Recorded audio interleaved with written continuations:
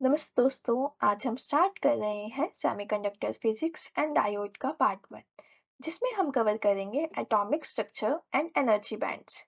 चलिए स्टार्ट करते हैं। क्या आपने कभी सोचा है कि एक मेटल करंट कंडक्ट करता है, पर लकड़ी मीन्स वुड नहीं, और सिलिकॉन जैसे मटेरियल्स कभी-कभी कंडक्टर और कभी इंसुलेटर की तरह बिहेव क्यों करते हैं? इसका राज छुपा है एटॉमिक स्ट्रक्चर और एनर्जी बैंड। आज के इस वीडियो में हम इस कंसेप्ट को जड़ से खत्म कर देंगे। So let's dive in. सबसे पहले बात करते हैं फाउंडेशन की। वो एटॉमिक मॉडल।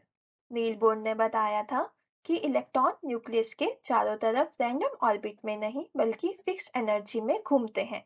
इन्हें हम क्वांटाइज स्टेट कहते हैं।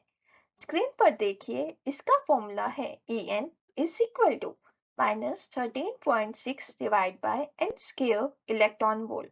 इसका सिंपल मतलब ये है कि इलेक्ट्रॉन्स या तो ग्राउंड फ्लोर पर रहेगा या फर्स्ट फ्लोर पर। वो बीच में कहीं हवा में नहीं रुक सकता।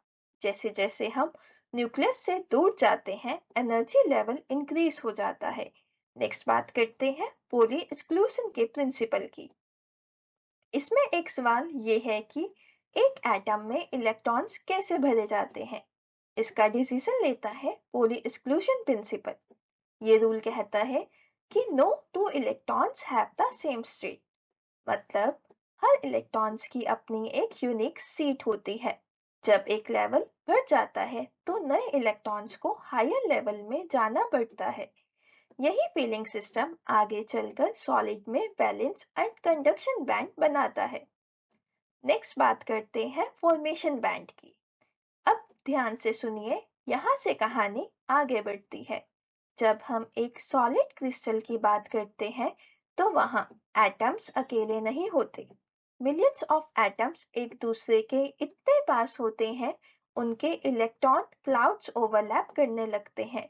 इस ओवरलैप की वजह से बोर का वो सिंगल एनर्जी लेवल हजारों लाखों छोटे लेवल में स्प्लिट हो जाता है। ये लेवल्स इतने पास पास होते हैं कि ये डिस्क्रीट लाइंस की जगह एक कॉन्टिन्यूस बैंड दिखने लगते हैं। इस बैंड को ही हम कहते हैं एनर्जी बैंड। अब हमने एनर्जी बैंड तो समझ लिया। नेक्स्ट बात करते हैं एनर्जी बैंड के स्ट्रक्चर्स की। एक सॉलिड में तीन रीजन होते हैं। सबसे नीचे वाला भरा हुआ बैंड है, जो कि कहते हैं वैलेंस बैंड। इसके ऊपर जो खाली बैंड होता है, जहाँ इलेक्ट्रॉन्स फ्री होकर मूव कर सकते हैं, उसे कहते हैं कंडक्शन बैंड। और इन दोनों के बीच का गैप है, जहाँ कोई इलेक्ट्रॉन्स नहीं रह सकता, उसे कहते हैं फोरबिडन एनर्जी गैप। यही गैप डिसाइड करते हैं कि करंट फ्लो होगा या नहीं। यहाँ एक और इम्पोर्टेंट टर्म आता है, फर्मी लेवल। सोचिए, एक गिलास में पानी की तरह का एक लेवल है।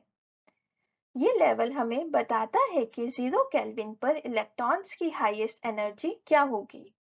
मेटल्स में ये लेवल कंडक्शन बैंड के अंदर होता है, इसलिए वहाँ हमेशा फ्री इलेक्ट्रॉन्स मिलते हैं।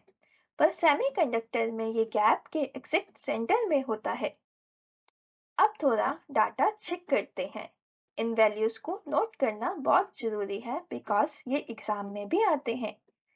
सिलिकॉन के लिए ये गैप रूम टेम्परेचर पर 1.11 इलेक्ट्रॉन होता है। वहीं जर्मेनियम के लिए ये सिर्फ 0.66 इलेक्ट्रॉन वोल्ट है। डायमंड को देखिए, इसका गैप 5.5 इलेक्ट्रॉन वोल्ट है। इतना बड़ा गैप इलेक्ट्रॉन्स कभी जंप ही नहीं कर पाता, इसलिए डायमंड एक इंसुलेटर है। ये वैल्यूज एग्जाम के लिए बहुत इंपॉर्टेंट है, तो आप इसका स्क्रीनशॉट ले सकते हैं। Temperature and conductivity. Now temperature का सेमीकंडक्टर पर एक उल्टा असर होता है।